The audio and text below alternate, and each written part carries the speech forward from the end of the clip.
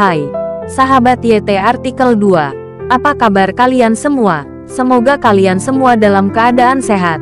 Amin. Sebelum melanjutkan ke ceritanya, jangan lupa tinggalkan like, komen, dan subscribe. Karena dengan like dan komentar kalian, yang semakin membuat admin semangat mengupload lanjutan ceritanya.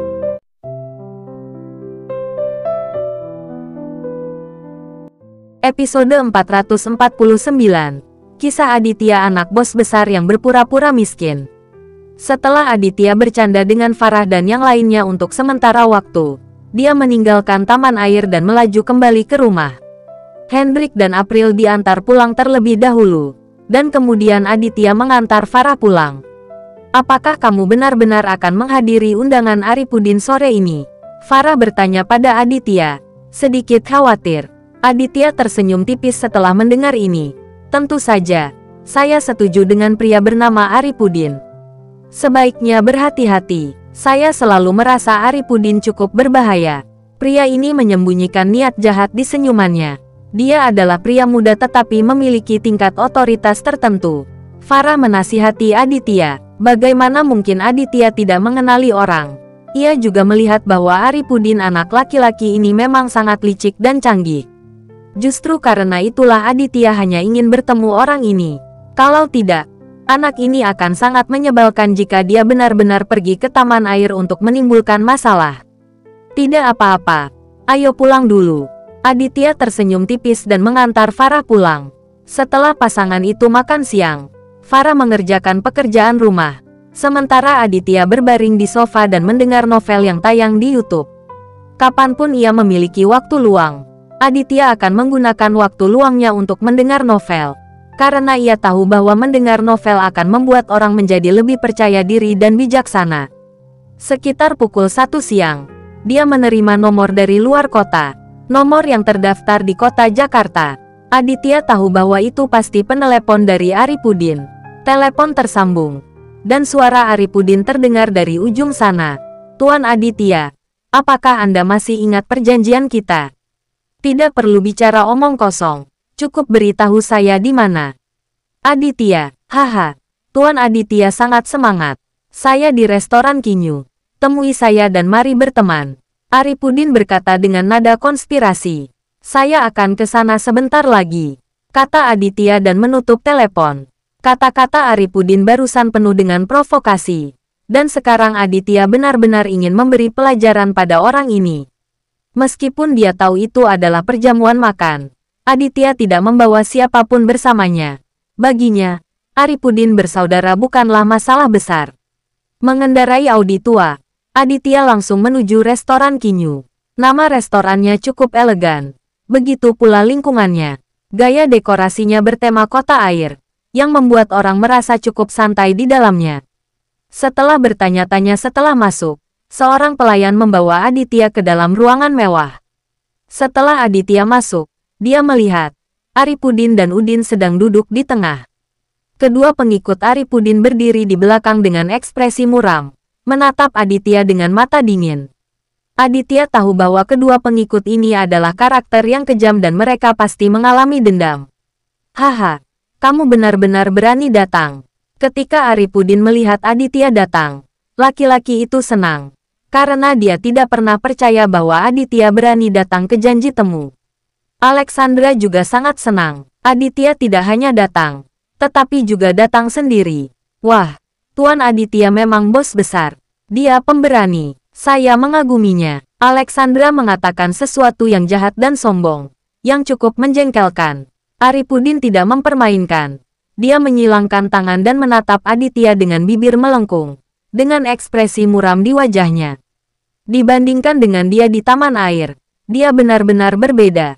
Aditya tahu bahwa Aripudin ini bermuka dua. Dia tersenyum di taman air, tetapi di sini, anak ini akhirnya menunjukkan warna aslinya.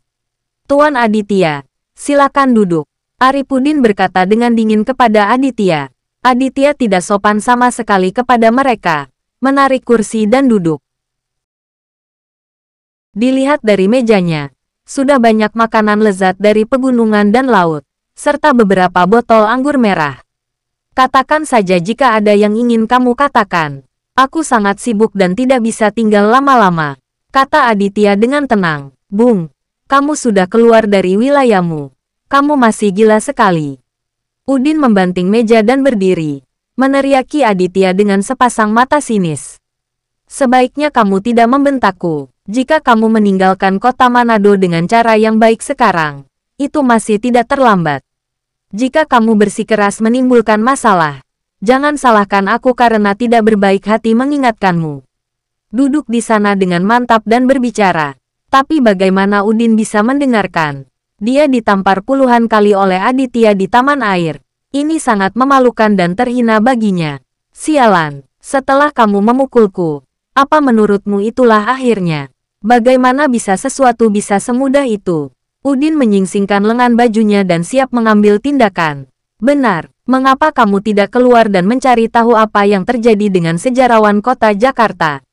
Jika kamu berani menyerang ke Udin, hidupmu akan berakhir. Alexandra juga menamparkan meja dan berdiri cukup arogan. Arifudin memiliki wajah cemberut dan duduk di sana tanpa berkata apa-apa. Tapi dia sudah menyetujui Udin dan Alexandra. Aditya tersenyum tipis setelah mendengar ini, dan berkata kepada Udin dan Alexandra, "Baiklah, karena kamu tidak ingin menyelesaikannya. Apa yang ingin kamu lakukan? Bagaimana? Angkat telingamu dan dengarkan, dan segera berlutut. Biarkan aku menamparmu 200 kali, lalu kamu jilat sepatuku sampai bersih. Setelah itu kita lupakan saja masalah ini." Udin berkata kepada Aditya dengan keras. Kita tidak bisa membiarkannya begitu saja. Kita harus membuatnya berlutut di jalan selama beberapa jam. Ketika dia melihat orang. Dan juga kamu harus berteriak bahwa Udin adalah bosmu. Teriak Alexandra keras dengan tangan di pinggulnya. Aditya sangat terdiam. Dia memandang Alexandra. Dia benar-benar tidak menyangka gadis kecil ini bertindak terlalu jauh. Kamu sangat bodoh, kata Aditya sambil berdiri. Sialan. Berlututlah. Arifudin, yang selama ini diam, meraung, berdiri dan menunjuk ke arah Aditya. Kedua pengikut itu segera tiba di belakang Aditya dan hendak menendang lutut Aditya, berusaha membuat Aditya berlutut di tanah.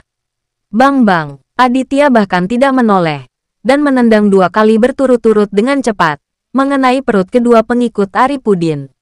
Aduh, kedua pengikutnya terkejut, bagaimana mereka bisa mengira Aditya begitu tajam. Dia ditendang begitu keras hingga dia duduk di tanah sambil memegangi perutnya. Mereka ingin bangun, tetapi tidak bisa, merasa ususnya akan pecah, dan rasa sakitnya tak tertahankan.